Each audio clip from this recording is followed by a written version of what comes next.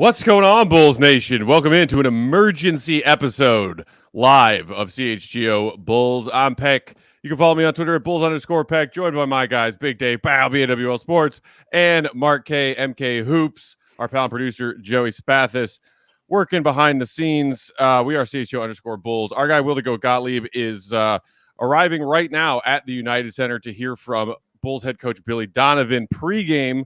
So hopefully we'll get some more intel and updates from him. But in the meantime, breaking news for Bulls Nation.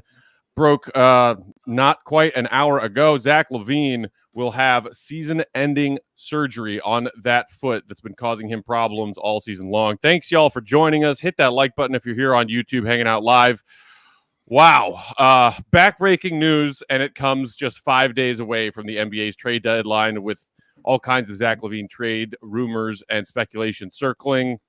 Does this rule out any remaining likelihood that Zach gets moved between now and February 8th? That certainly seems like the most likely resolution to this part of the season. Awful news for Zach LaVine, awful news for the Bulls and Bulls fans. Initial reactions, Mark, what's up, buddy? Yeah, I mean, let's be real. Like, there's probably a million thoughts that went through my head when the initial news dropped. We were getting wind of it a little bit beforehand, let's say. And yeah, there's a million things to think about because there's been so many things going around with Zach all season, whether it's on court, off court. There's so many permutation to what this means for now, for the off season, for the years to come. Like, when you process everything that this potentially could mean, and when you go down that rabbit hole, that wormhole, I suppose, of what this all could mean, like that, you can quickly get into a dark place, which is where I've been for the last 15 minutes, which is why I'm glad we're having this conversation now to talk through it. But yeah, it's not ideal. No matter how we want to cut it up, no matter what angle we want to take this from or frame it, it's bad for the Bulls. Let's say that. It's bad for Zach LaVine. He's had a horrific season in many different ways, let's say. And this is just not the perfect way to end it because it's obviously not perfect, but it just adds to what has been a miserable season to Zach, or for Zach, I suppose. Just the perfect way to cap it in that sense that, bad becomes worse for Zach, unfortunately, and ultimately for us as Bulls fans. Yeah. Bad went to worse. Like, he's out for the year. That sucks. And I kind of like you too, Marl. I have a million different things kind of going in my head right now, and I'm just trying to grab the thing I want to say, and not even the right thing, just the thing I want to say. Mm-hmm. But I will say this: like, this feels like a move that Zach did when he hurt. It just feels like a move he did to ensure certain trades wouldn't happen, and I'm not even mad at him for it. Honestly, a lot of my anger and me being upset is going towards the front office, honestly, right about now. I'm not even mad at Zach for this stuff. I feel like he kind of got put in this situation, even though he put himself also there. I'm not saying he didn't ask for the trade. Of course he did ask for this, and they tried to find him one, and he went about it the absolute wrong way because he went about it the Harden route without the Harden cachet. So it's not going to work that way. But when it started coming down to the media telling you that Zach isn't worth a dime, Zach isn't worth a quarter, we're not giving you anything for him, even though we know how skilled this dude is. We know he's a 50, 40, 80 guy. We watched him just have incredible games time after time after time after time after again. I guess in my head, I was just like, well, fine. Like, if they want to feel like that, then they should just hold on to him. And I didn't see the reason to force a trade, for February 8th. If something came up, cool, fine, then make the trade. But I didn't see the reason to force it when it could be something that you did in the off season. And it feels like Zach didn't feel that way. It's like, oh, so y'all really trying to just let me go to Detroit and out of here for nothing? You know what? I'm going to get this surgery. That's what I'm going to do. I'm about to be out on some months, and you all make your decisions about trades and things, during that time. I just don't like how a lot of this stuff is being handled in the front office, man. I really don't. It just feels like, and I don't know this for sure. This is just speculation. I'm just going, again, like I said, I have a million thoughts in my head, and I'm just kind of just spitting them out right now. But it just feels like they kind of were bullied into this idea of we got to trade him, we got to trade him, we got to trade him, we got to get him going, we got to get him out of here, and by any means necessary. Well, nobody wants him. Well, fine, let's see what Detroit will give us. We'll take whatever you got kind of situation, where I'm just like, man, you could have just held on to that and then just made this trade in an off season. And we know Zach wanted to be traded. That's fine. He don't have a no trade clause, but now he has one now because this surgery is like, fine, this is my no trade clause. I ain't going nowhere. This is exactly where I want to be. So I don't like this, but yeah, I have a lot of my stuff right now is towards the front office, bro. And I don't like how it's being handled at all. I just don't like it. Joining us now from the United Center, it's our guy, Will the Goat Gottlieb, Will_Gottlieb, for all of his updates. Will, I'm guessing Billy has not met with the media yet leading up to tonight's game. What exactly is the scene and the vibe like over there? What can you tell us? Yeah, we'll talk to Billy at about 5:15, so hopefully we get some more updates then.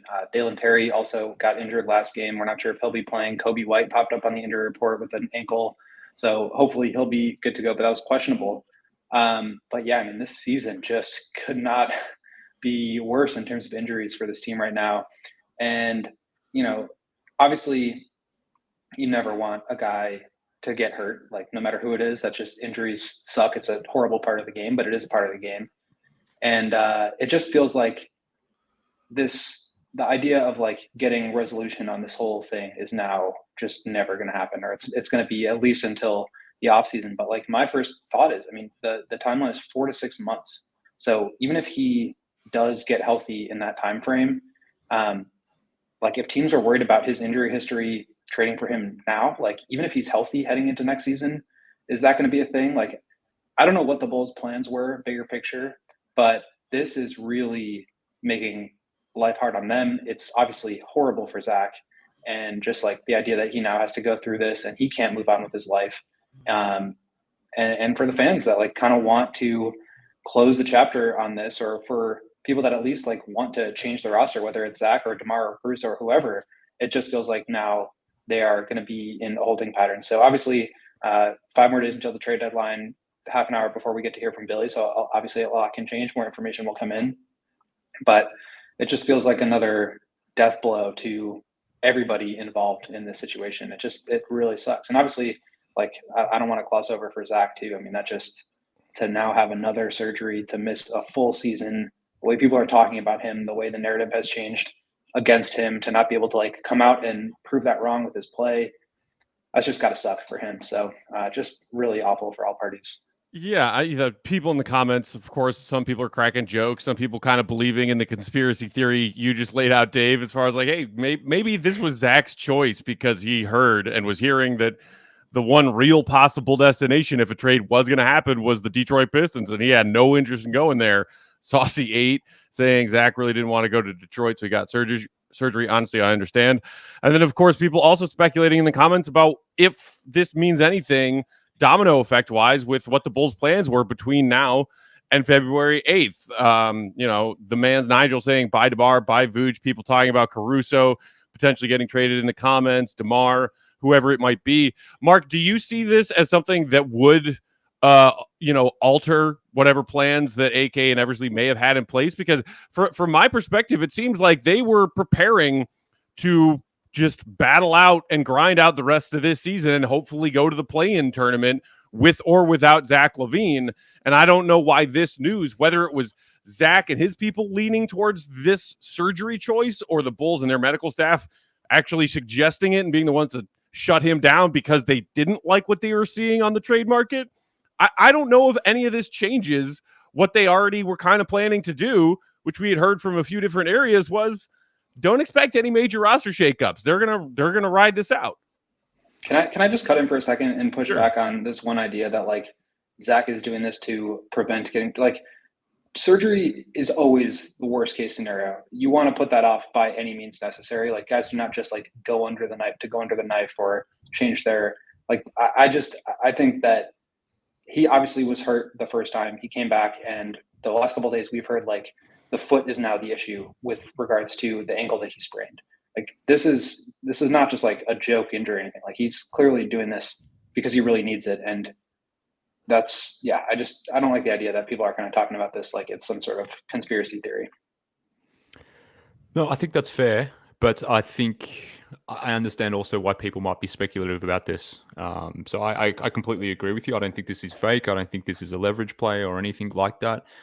Zach probably wasn't getting traded regardless, irrespective of Detroit being the only suitor, because Detroit was seemingly offering the Bulls very little that the Bulls were interested in anyway. So assuming Zach doesn't get hurt or doesn't need surgery, that deal probably doesn't happen anyway because, you know, Detroit wanted to buy very low and the Bulls didn't necessarily want to sell that low. So he probably wasn't moving regardless. But I also understand the sentiment in some respect because, and this is how probably I'll remember this Zach season, is he's allowed...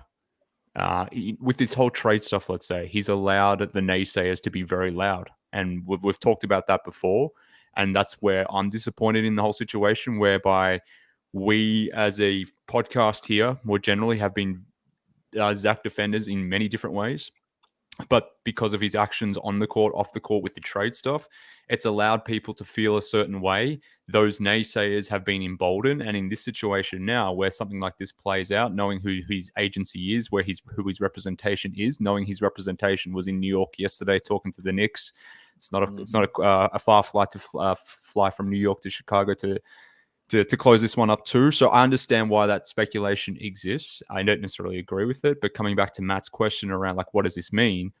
I don't know if it necessarily changes anything for the now, because the reporting seems to continue to suggest, has always suggested, that DeMar and Caruso weren't going anywhere. I don't think this Zach news really changes anything this trade deadline, because they probably were positioning themselves to be without Zach LaVine in some shape or form. What this does dramatically do is change what you can be potentially in the offseason and beyond, because we've talked about the tax crunch that is coming.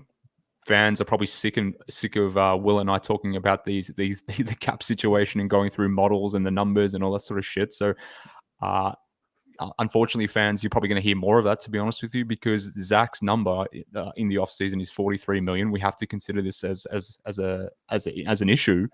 That's probably not going anywhere, because he wasn't going to be moved at this deadline. Now with this news, to Will's point before, like, who's going to want to trade for him in the offseason? That means Zach's number is going to be on the books. That has flow-on effects for what you can do with guys like Patrick and DeMar DeRozan and these sorts of guys, because the tax limitations that this team has, or this ownership has. So it has dramatic impacts on what this team will look like potentially in the offseason, and what their flexibility or optionality does look like, because now you can't move him pretty much. That option doesn't exist. So how does this remodel your team? Like, that's probably what we're going to be talking about for the next 4 to 5 months. Like, what are the permutations of this? But it dramatically changes everything in the offseason, or at least has the potential to dramatically change everything, and not for the better. Yeah, it's a crazy position to be in right now. And to what you were saying, Will, because I definitely was saying that about the conspiracy theory. My thing was, how can I put this? Excuse me, my phone went off. Sorry, that was some family stuff. But my thing with Zach is, I don't think he just went under the knife to go under the knife. Nobody wants surgery, especially nobody wants foot surgery or foot or knee. Nobody just wants to do that. I get that. Looking at it optically, that's what it looks like. And that's what I'm pointing out here. That's exactly what it looks like. Just looking at it from the outside in, like, oh man, I can't get this to happen. Well, fine. You know what? I'm shutting down. I'm done. You know what I mean? I'm finished. I'm out. I'll get 100%, get back to at least 100%, and get everything on me correct, and then get back on the floor. And the reason it lends credence to that is how this whole thing kind of started, with how he was playing before, when he first mentioned, yo, I kind of want to explore trade options, with the team. And then watching how he played and went about that shit, that leads credence to people having this kind of ideology on it. So that's how they kind of look at it. Like, I saw what you did in the beginning, so why would I not put that past you on this? Now, I don't think that's what it is, but optically, when you look at it like that, I can see why that conclusion can be drawn. That definitely went through my head, for sure. I would be lying if I said it didn't. That definitely went through my head. Like, oh man, but I don't think Zach's that kind of guy or that kind of player. but I also didn't think he would be that kind of guy that I saw to start the season either. So things can change, but yeah, the whole thing sucks, and it puts the Bulls in a really, as Marquez said, just a really tough situation in that offseason, because I believe 6 months is what, August for Zach, if that's what it. So man, that's only a couple months to get ready to do anything. Man, this is tough, and I'm interested to see how they move forward with this situation. Now, I agree with you, man. I don't think it affects anything that they wanted to do as far as, going to the playoffs and, getting to the play-in and, competing and doing, things like that. And it removes the idea that Zach is even going to come back. So it kind of takes, for lack of a better word, it takes that burden off of other players who might be thinking Zach is coming back to get in this game and do something. So it takes that kind of thing away. But now it's like, okay, well, I really don't think you're making any kind of trades now. Now I really don't think anything's going, because you clearly don't want to get rid of DeMar. You clearly don't want to get rid of Caruso. And I don't think anybody else has any kind of value that anybody around the league wants. So if those two dudes you're like, I don't want to get rid of because you want to, try to make this play in, then I think this is the team that we're going to have going forward. And this is what the Bulls are going to be. Colette Beckwith in the comments said, I don't think it's that Zach would get surgery just as a power play, but if he had the choice to get surgery now or later, his current situation may have encouraged him to choose now over later. Which, I think that there is some logic to that line of thinking, that it wasn't necessarily Zach saying, I'm going to have elective surgery that I don't need to have because I don't want to get traded to the Pistons in a few days. Right. I agree with you, Will, on that. Like, I think that that's a wild notion, but maybe if this is something that was something that he could have found some alternate non-surgery, shorter term resolution to then address this in the offseason, much like we saw Zach play through an injury at the end of, that 21-22 season when the Bulls were playoff bound, even though he was playing through pain, and then had that arthroscopic procedure in the offseason. And I think, some of that frustration and even speculation for Bulls fans comes back to, I can't find the comment, but somebody was talking about the lack of transparency when it comes to the Bulls PR and injuries and injury updates, and how it never seems to be the way that they initially tell us that it is. Whether it's Lonzo Ball or Zach LaVine or anybody else, but how many different kinds of updates and timelines have we gotten with Zach? And originally it was foot inflammation, and then he came back for 7 games, and then it looked like he just, rolled his ankle.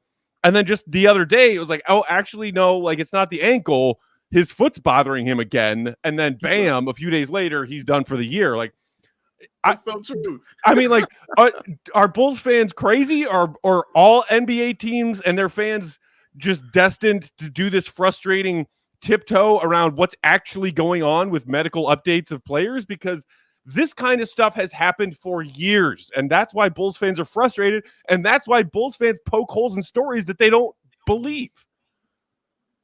Yeah, I'm just saying, like, when guys get surgery, there's always a chance that, like, that's the last time they play. Like, I think surgery is a very serious thing. So, yeah, maybe they were holding out and hoping that he would get traded and then deal with it in the summer. Maybe they weren't sure if they needed it at all, and now after, whatever procedure, like, who knows? But I'm just saying, I don't take the surgery thing lightly, and it definitely functionally serves as a, like, trade restriction. Like, nobody's going to trade for him now, and so it blocks any trade to any team that he didn't want to go to. But I think the risk with doing surgery is always pretty extreme, and I don't want it to seem like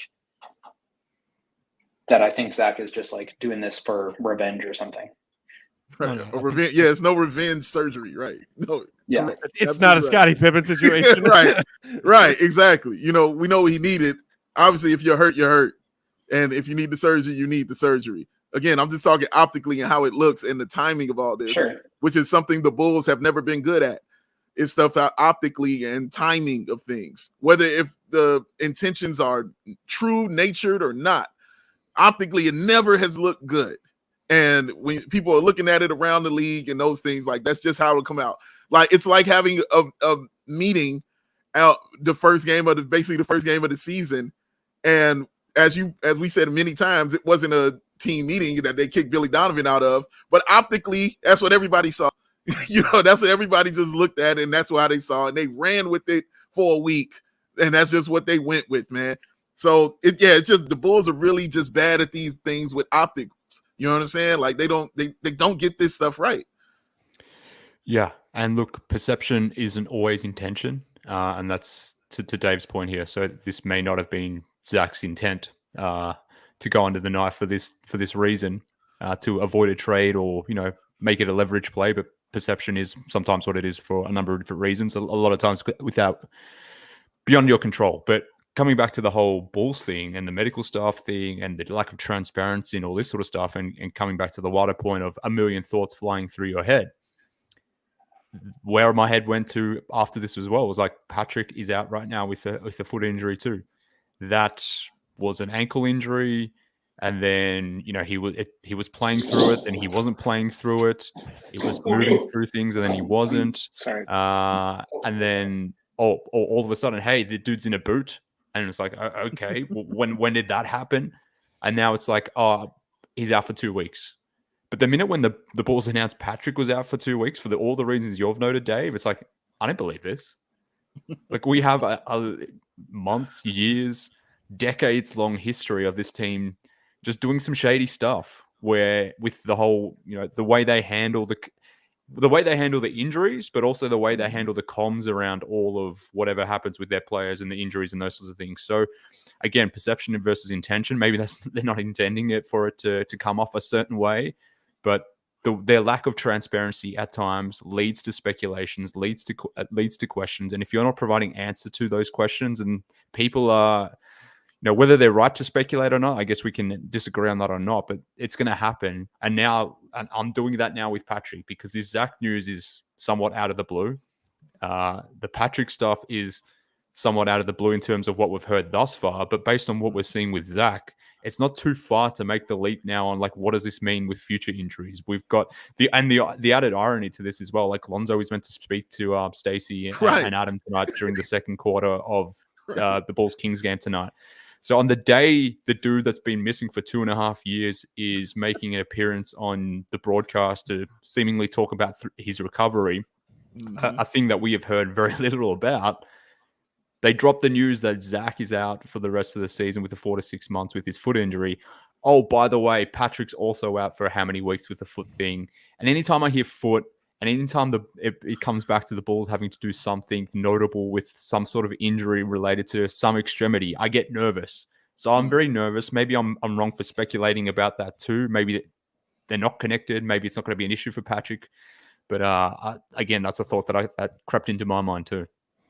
We got tons of people hanging out with us here, but I was going to say, Will, I know you got immediate availability, but just wanted to get your final thoughts before you hop off. Yeah, I just think we're going to have to kind of wait and see here. Obviously, we'll get some answers from Billy in the next couple minutes, and stay tuned. We will have you updated. They haven't really had a chance to give any real information about it. So, yeah, I think Patrick, with regards to his injury, he will be kind of reevaluated over the next couple of weeks, and we probably won't hear anything until after All-Star break, which is kind of the initial time frame that they gave us. And they're just kind of letting it heal. We'll see what's with Kobe and Dalen. And yeah, I mean, unfortunately, this season is just becoming defined by injuries, and that is never something that you want. So we'll have more information for you guys soon. Appreciate it, Will. Thanks for hopping on, man. Bulls fans, follow Will for his updates. Will_Gottlieb. He's going to go talk to Billy Donovan right now before tonight's game, and we'll hear from Will again in post-game tonight after Bulls-Kings.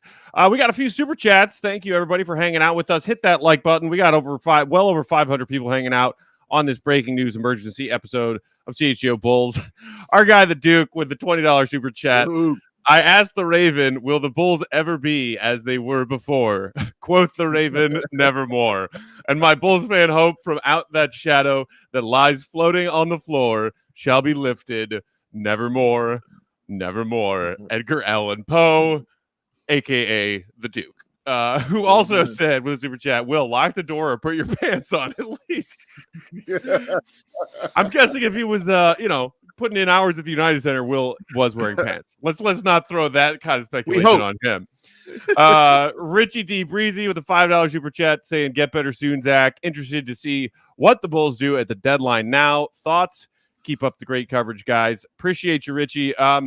Yeah, I mean, obviously that's where every Bulls fan's mind is right now with this kind of news breaking. How, if at all, will it affect what the Bulls front office was thinking when it comes to that deadline that's just 5 days away? And I mean, we're still hearing, I was listening to the most recent Low Post.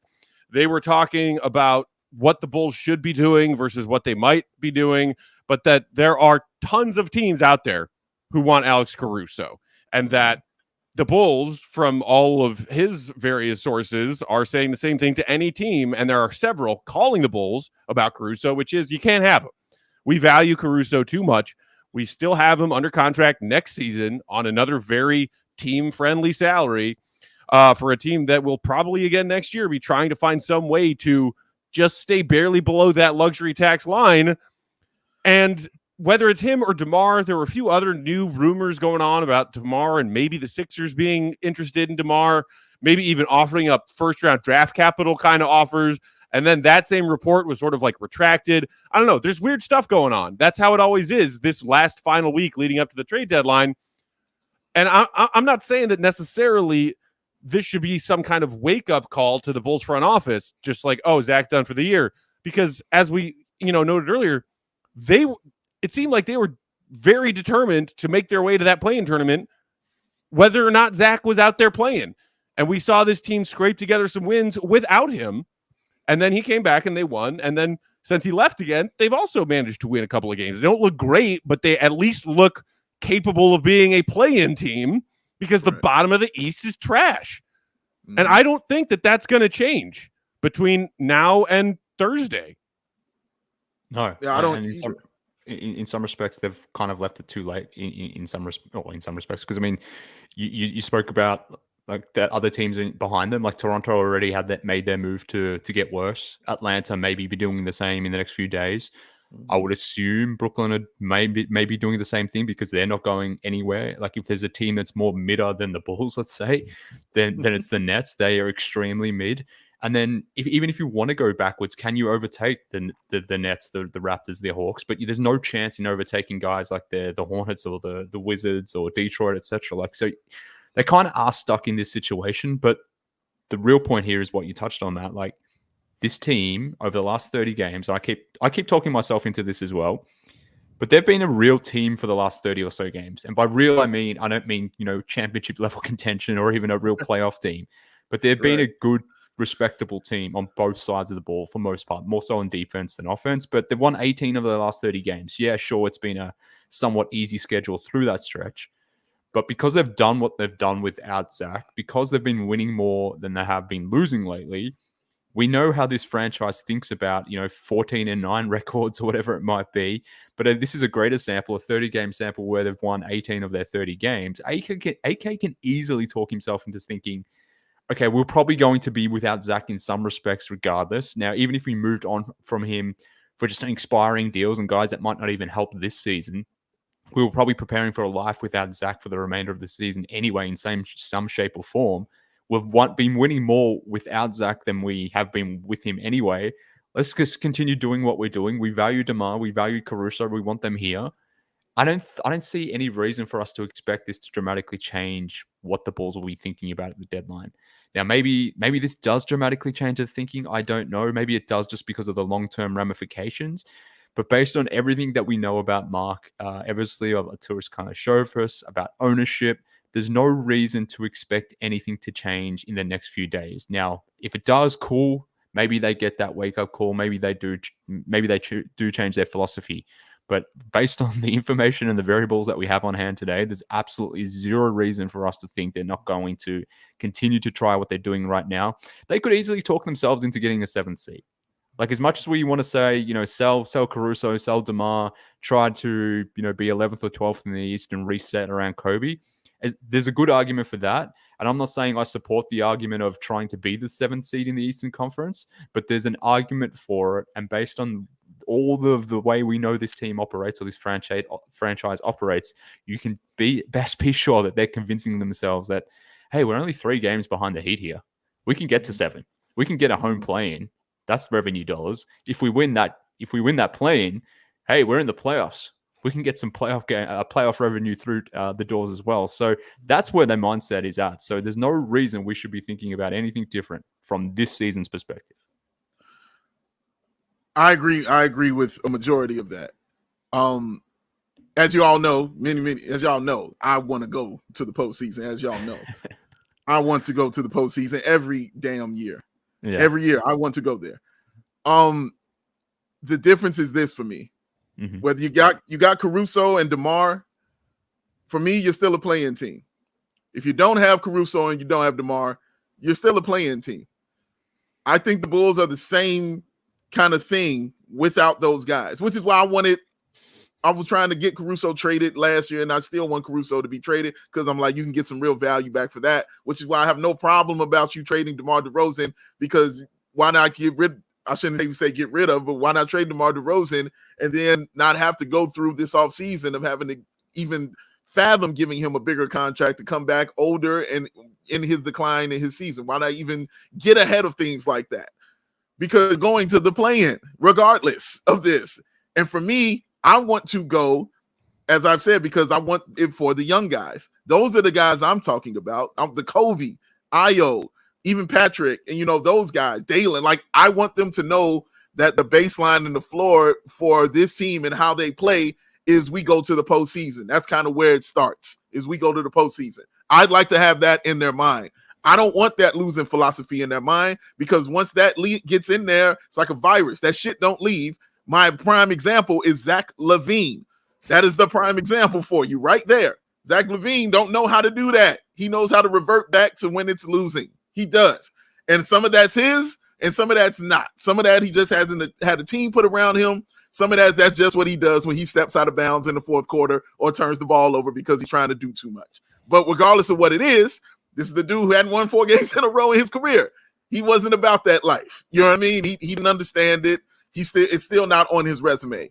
I want that for the young guys to understand, like, no, dude, we go out here and we at least try to win and we get to some kind of level. For the young guys, the older guys are who they are. That's what it is. You can still be this play-in team that I'm talking about without Alex Caruso and without DeMar DeRozan or either one of them on your squad. Will you be a 7th? I don't know. Will you be a 10th? I don't know. But you're there because of what Mark and Will were just saying, because the rest of them dudes that's competing with have made their decision about what they want to be and who they are. And they're like, we're not winning. We're cool with this. Toronto has made their decision. Atlanta's about to make that decision. Charlotte, we all know that. Washington, whatever, those teams, we know where they are. So the Bulls are the only ones that are like, okay, we really want to be here for that. Fine, great, I'm with it. Let's go get it. But you have to be smart about some of these moves that you're making and not always thinking with your heart on this. These feel like heart moves, and I have no problem with heart moves, but you got to have your brain in this shit too. You can't just out here make these moves like, no, God, we got to have this. It's got to be this right here and fight for this, that kind of shit. No, man, you can't go at it like this. That's not how it works. Yes, you should play with toughness, and you want those kind of guys on your team, but you have to see what's in front of you. You have to see that big-ass wall that's right there in front of you and say, maybe I should stop and go around it, instead of saying, maybe we should just go through it, and it might work, and it might not. But no, dude, it's still a wall. Avoid the wall. Go around that shit. I don't know. I'm saying all this to say it's okay to go to the play-in. It's okay to go to the postseason. But you don't have to have these super veterans on your team to do it. You can get some other assets and continue on this road to a play-in. People in the comments, Derek saying, if they go to the postseason, it only validates what they think, which is that continuity and more of this is good enough. And I think that is a fair counterpoint, Dave, to what you are saying. And there's, some truth to that too, of the value, especially some of the younger guys can gain from going and having a postseason experience. And you know me, I still don't see the play-in tournament as postseason experience. They would need to win their way out of it to get real postseason experience. Hey, if you want to go get spanked and lose in 4 games in the first round, be my guest. Personally, I don't think that helps anything as far as where this team needs to go from here. Mark, you just dug up the official press release on LaVine's injury update from NBA.com and the Bulls section of that website. And there is some interesting wording in here, as we were discussing earlier with Will, how the Bulls and Zach and the medical staff and Zach's people came to this decision of surgery. Here it is, word for word. After seeking additional medical options, after seeking additional medical opinions in consultation with the Chicago Bulls training and medical staff, guard Zach LaVine and Clutch Sports Group have elected surgery on LaVine's right foot as the next step in his recovery process. Surgery is anticipated the week of February 5th. LaVine will be out 4 to 6 months. Updates will be provided as necessary. So that, I mean, maybe you don't want to dive and read too much into the way that is worded, but I agree, Mark. The wording there is like that this was one of a few different possible avenues they could have taken, and they elected surgery rather than, well, you must have surgery. Yeah, and again, coming back to the point, like, it's up to the individuals now to choose how much they do or don't read into these things. And again, coming back to the point around the lack of transparency, this is literally, I was going to say a paragraph, but it's almost not even a paragraph. It's like 1 or 2 sentences. Maybe 1 or 2 sentences is a paragraph at this stage. But the way it's framed, the way it's written, you can read into it however you want. And again, that's a problem. The fact that you can read into certain things in certain ways leads to speculation, leads to thinking, a lot of different thoughts, and which is why, it is what it is. So it is interestingly worded. Clearly, based on the way it is worded, it does sound and does read, at least to my eyes and ears, that Zach and Clutch had the final say as to what was happening and when it was happening. And again, you can read into why that may or may not be the case. But that's based on the report that's been published by the Bulls, that Zach and Clutch had the final say as to what's going on with him, whether it was surgery or not.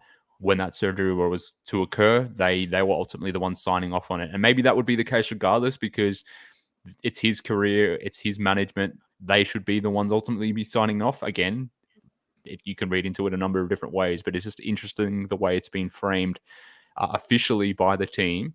And released via PR and those sorts of things. So it just adds to the speculation, fuels those thoughts, let's say. And that's, Dave, that's the, I think, really frustrating point now.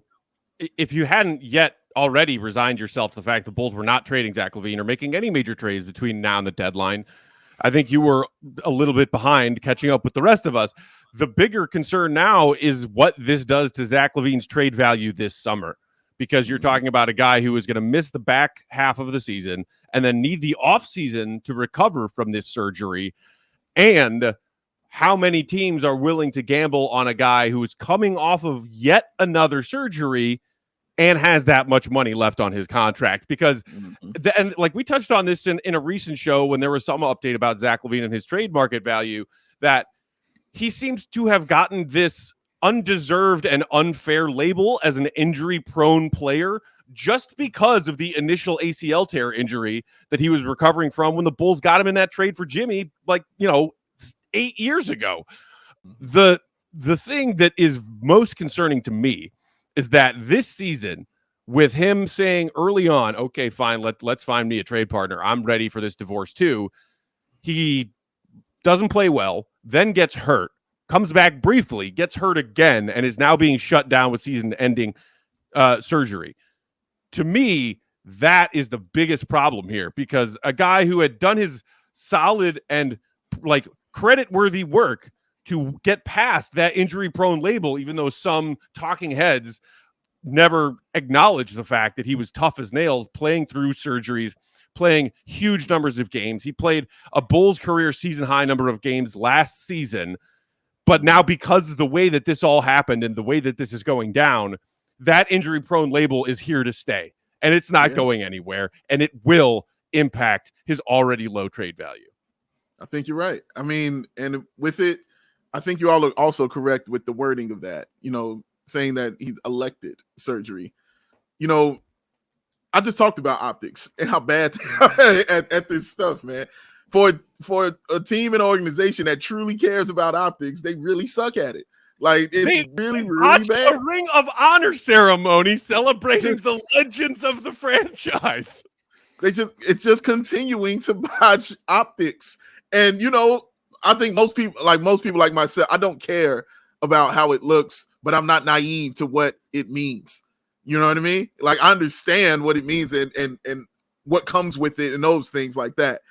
And I know that they care about optic. And if you care about it, you would think you would be better, but they're not. They stink at it. So, yeah, you're right, though, Matt. Like, being out with this surgery, now being out 4 to 6 months, will just add to that label of he is injury prone with a big old contract. And it's that simple. And the big old contract for me is the real one. I never believed at any point in time that any of these teams thought or cared that Zach LaVine was, quote unquote, wasn't a winning player.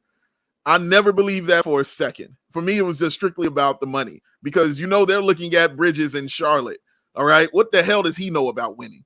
But this dude is being looked at Phoenix and other teams and all stuff like that. He don't know nothing about winning, but his contract is nicer.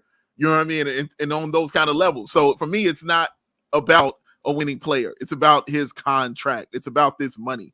Adding this to it makes it optically look definitely worse, because now you're injured with all this money on top of you. And now you come in with this stigma, and now they can put those other things on you. Now you can really start attaching those other labels. Not a winning player. Haven't seen him do it in the postseason. Haven't seen him do that. You can really start adding things to it like that. It's just all around bad. It's a horrible, bad situation for Zach and for this team. When I wrote in that article that I thought Zach LaVine's career was on the line when he came back, this is kind of the thing I was talking about. I was like, it could easily be something that the teams look around the league. If he comes back and plays well and he stays healthy to that trade deadline, he could really, maybe get moved to where he wants to go. If it didn't work out, I was like, well, it's not going to be good for him or anybody in the Bulls, because they're not going to give you what you want, and you might not get anything at all, and you might end up with him still being there, which is obviously something that he doesn't want and they don't want. And I'm only saying that because they were trying to make a trade since the season kind of got started. So obviously they want to mutually separate, but they're not being able to do that because of this kind of stuff, man. It's just crazy. You know what I mean? Like, this stuff just optically is bad, when it rains, it pours kind of situation right here for the Bulls. And you're right, Mark K, about now being worried about Patrick Williams and his things like that, because that's something I wasn't even thinking about before. But I think you're absolutely 100% correct. No, but you're right. Like, you're 100% correct. Like, you're absolutely right on that. I'm like, oh, man, you're right. Like, because the way that's being presented is kind of the way stuff like that has been presented to us when we find out guys are going to be out for a longer period of time. Like, where it came with Zach, whether it came with Lonzo, whether it came with whoever. That's how it always has been presented to us. I hope it's not that. Of course, I want Patrick back on the floor. He's like a Wolverine when it comes to healing, and he's young, so he can heal up. But it definitely becomes a concern of things like that. But yeah, man, they're bad at optics, and this whole situation and this whole injury is just really, really bad. Yeah. I mean, and again, where my thought went from this as well, we've been talking about this deadline, and look, I dare say over the next 4 to 5 months, 6 months, we'll be talking about what this means for future years. But the contract is what the contract is. Yeah. And what the contract is 130 odd million left after this season, 3 more seasons, the last year being a player option for 49 million. There's a trade kicker in there as well, if I'm not mistaken, of 15%, something like that. Clutch negotiated the bag for Zach. They had the leverage in those conversations, which is why it was always getting the max. But it does hurt now. And this is where it comes back to hurt the Bulls more generally going forward, because my thing in wanting to move on from Zach was it was a way out in many respects. If you wanted to go rebuild, you could. If you wanted to add pieces to continue trying to win and be that play-in type of team, follow that ethos that that ownership has, that management have been talking about, then cool, you could do that too. You had that optionality. Whereas now, assuming Zach wasn't really someone that was wanted regardless before this, he's absolutely not going to be moved at this deadline, probably not going to be moved in the offseason. That means that $43 million that's on your books for next offseason, or in the next offseason, is likely to remain there. If Lonzo isn't medically retired or doesn't come off the books for that reason too, in addition to guys like Vooch, Kobe, Caruso, Io, Javon Carter, Dalen Terry, Julian Phillips, guys that are probably staying around, that's $125 million in likely to be guaranteed money. There's some player options in there. There's some partially guarantees in there. But assuming that that's all picked up, that's $125 million. The salary cap next year is $141 million. That's a delta of $16 million. And that's before you even consider what you're doing with DeRozan or Patrick Williams or Torrey Craig or Andre Drummond or any other free agent. The point being, the Bulls are likely going to be an over-the-cap team next season, and they're going to be in a really tough situation where if you can't move Zach and if Lonzo's on the books, one of DeRozan or Patrick Williams or someone else is likely gone because the math just does not add up. The contracts do not add up. At this stage, you're probably looking at a roster where if you try to bring everything back where it's going to be north of $180 million, the luxury tax next season, friends, is $171 million. The Bulls ain't going over that. So this has dramatic permutations as to what this means in a lot of different ways. Now, coming back to the point before around, like, does this change their thinking at this deadline? Probably not, because they're still going to make that play-in run. But what it does mean is for someone like DeMar, like, they might not trade him now because maybe there isn't a trade to really make sense or that's more valuable to trade DeMar now compared to trying to hang him on and try to win a play-in game, get in the playoffs with DeMar. But what it may mean is you have to lose DeMar. And if the Bulls don't want to lose DeMar, whether that's right or wrong, they might need to just because of the fact that they won't be able to move Zach and maybe Lonzo. So this is where my mind goes now. It has long-term rebuilding effects in different ways. And again, semantics around rebuilding. But this Zach contract, if it was undesirable before, I don't even know what the word would be for it right now because no contract is immovable. Yeah. The Bulls could get off it if they really wanted to, but what it's going to cost them to get off this now is extremely problematic. Yeah, and I see some people in the comments kind of saying, "Oh, like this Zach contract was a mistake from the beginning." Eco Bean, who's one of our regulars, always hanging around, never has sounded like a Zach believer. Fernando, I think, also chimed in saying, like, only Peck has ever believed Zach was a franchise player. But if you want to play the hindsight game right now, this exact moment, Zach LaVine and the contract the Bulls signed him to appears to be a real problem. I don't think it was a problem when they signed him to it. And I think still it was the right move given their limited options. He was coming off of 2 All-Star appearances and one of the most efficient scorers and basically a 25-5-5 guy for like a few years. I never said he was going to be the best player on a championship contending team. In fact, I routinely said I didn't believe he could be that. That didn't mean it was not the right move to sign him. And then maybe if and when you feel like you need to move him, you move him, knowing that contract will continue to look a little less ugly as a salary cap continues to rise, assuming his play stayed where it was, which was, quasi all-star level play. Because guess what? That's the money that those players make now. This is not about Zach LaVine's contract and the hindsight of whether or not it was a mistake 2 years ago. It sucks that that's where we are now and that it appears to be a very immovable contract. It's immovable now. It might not be immovable in 4 to 6 months. We will see. It's just a shitty situation, but one that, again, like, if you wanted to say injury prone as an argument against signing Zach to that contract 2 summers ago, I don't know. I think it was a weak argument at the time. It was. Look, we failed at trying to convince people at the time that this is why he's a max player. But even then, people couldn't get it through their heads that not all championship level guys, not all first options, not all top 10 players get max deals. People are wedded in their ideas for whatever reason that a guy like Zach, who's at that point a top 25, top 30 guy, an all-star level guy, not a all-star starter, but a fringe all-star guy. People at that point just couldn't get it through their heads that type of player is worth a max contract more generally, but specifically in the Bulls situation, within the Bulls context and the leverage that he had over the Bulls. So at that point in time, when things were going and flying for Zach, even then we couldn't convince people of it. So now, again, like we touched on before, like the naysayers have been emboldened about things. Anyone who thought he wasn't worth a max previously is now beating their chest about it. And maybe they're right about it now, but the variables do change. I hate this idea that people's opinions can't change as context changes. Another very important thing that's happened, a new CBA when Zach signed his max deal, no one knew what the CBA or the content of the CBA would be, or how things would, or how teams and players and everyone connected around the CBA would react to it. No one knew what the first and second apron would be and what the punishments for that would be as well. So, yeah, you can stand on your soapbox and say you were right about it all along, but if you want to ignore the variables or the context of how it's changed, in addition to the fact that, you know, Zach has helped it change in the way he has this season, in addition to the injury itself, do what you need to do.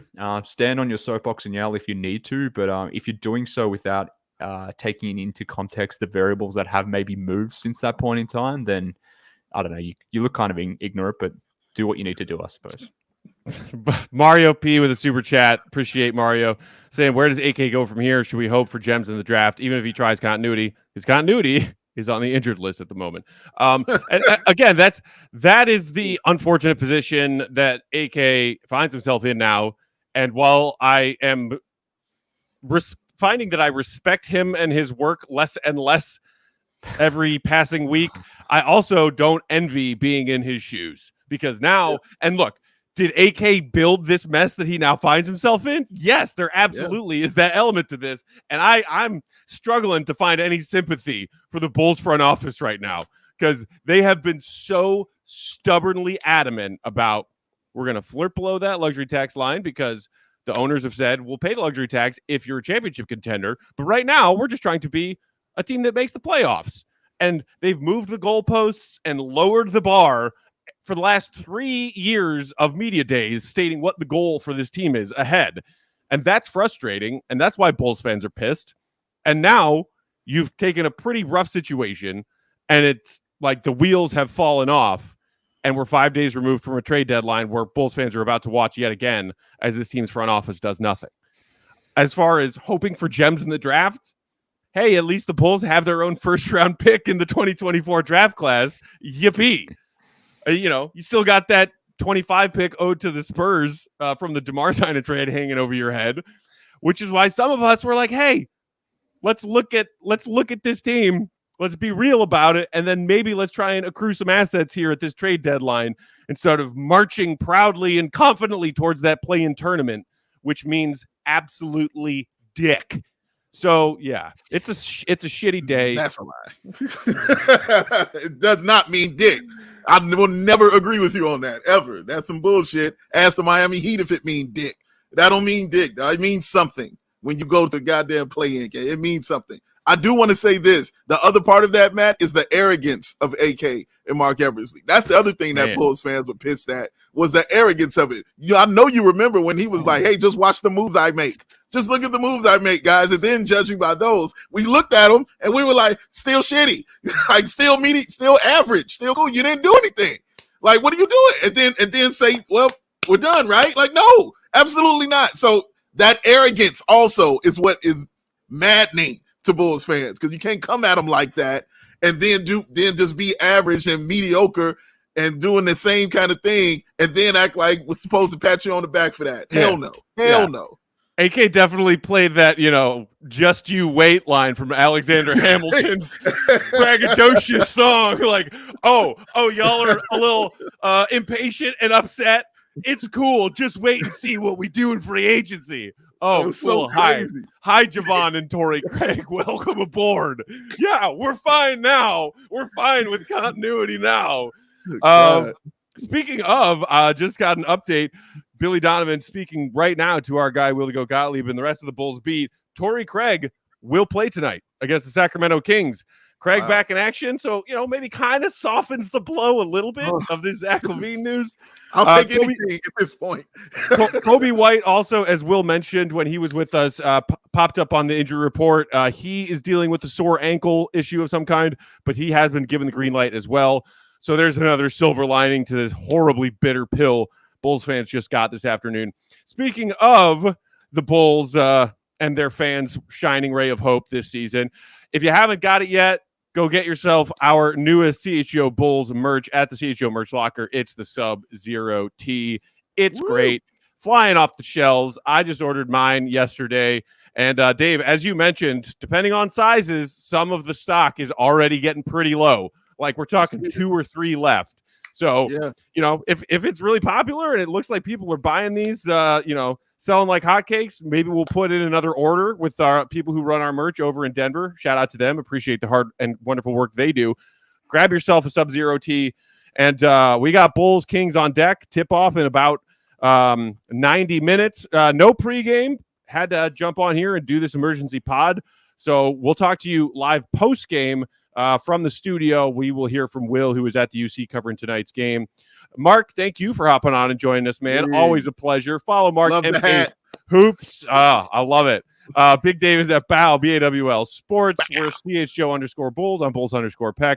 Thanks, everybody, for watching with us. Hit that like button on your way out if you haven't done it yet. We really appreciate it. And we will talk to y'all for post-game. Until then, see you, Red. Be good. Yeah, that. Peace. We all silly like the mayor.